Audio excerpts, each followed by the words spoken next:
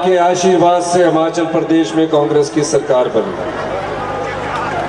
42 साल के पुराने इतिहास को इस महान कांग्रेस पार्टी ने बदला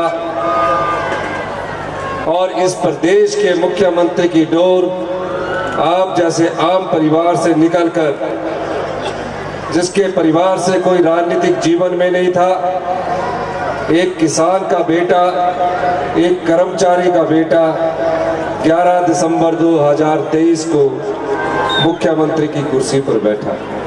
हमें कर्जा लेना पड़ेगा। मैंने कहा कि हमारे कर्जे की सीमा कितनी है? उन्होंने कहा आपके कर्जे की जो सीमा थी वो पूर्व की भारतीय जनता पार्टी की सरकार ने खत्म कर दी है, क्योंकि केंद्र सरकार से हर एक वर्ष कर्जे की सीमा तय होती है, उससे ज्यादा कर्जा कोई भी राज्य नहीं ले सकता। 15 दिन तक मैं लगातार दिन रात मेहनत करता रहा, सचिवालय में 2-2 बजे तक बैठता। धीरे धीरे भारतीय जनता पार्टी की जो 5 साल सरकार रही, उन्होंने प्रदेश के खजाने को ऐसे लूटा, इस प्रकार पैसे का दुरुपयोग किया और ये सोचा कि चुनावों से पहले जो कुछ भी घोषणाएं करनी है कर लो, हमें सत्ता की कुर्सी चाहिए, उसके लिए चाहे प्रदेश को कंगाल होना पड़े, उस कंगाली से भी हम कहते पीछे नहीं हटेंगे। और जब मंत्रिमंडल की पहली बैठक हुई, हमने अपनी जनता से कहा था कि इस प्रदेश में 1,36,000 सरकारी कर्मचारी और अधिकारी हिमाचल प्रदेश में विकास की गाथा लिख रहे हैं।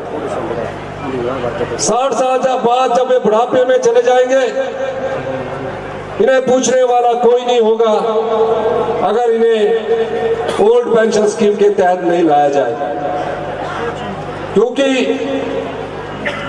ओल्ड पेंशन स्कीम देकर हम इनका बुढ़ापा और सामाजिक सुरक्षा मुहैया करवाना चाहते थे। इस आपदा में 551 लोग हमें छोड़कर चले गए। हम उस लड़ाई को लड़ते रहे।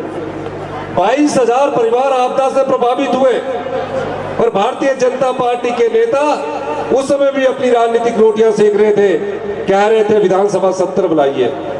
हम कह रहे थे कि विधानसभा 70 इस समय हमारी सरकार, हमारे पुलिसकर्मी आपदा से लड़ने के लिए तैयारी कर रहे हैं, कृपया करके इसे थोड़े समय के बाद बुलाते हैं। सरकार से हमें 1 पैसे की मदद नहीं मिली।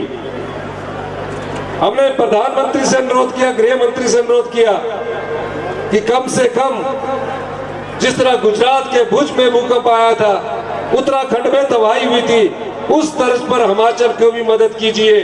उन्होंने धन लिया। ऐसे लोग जो जनता के वोट से कुर्सी प्राप्त न कर सके, धन के वोट से कुर्सी प्राप्त करना चाहते हैं, क्या ये लोकतंत्र की हत्या है कि नहीं है? है कि नहीं है? बताइए।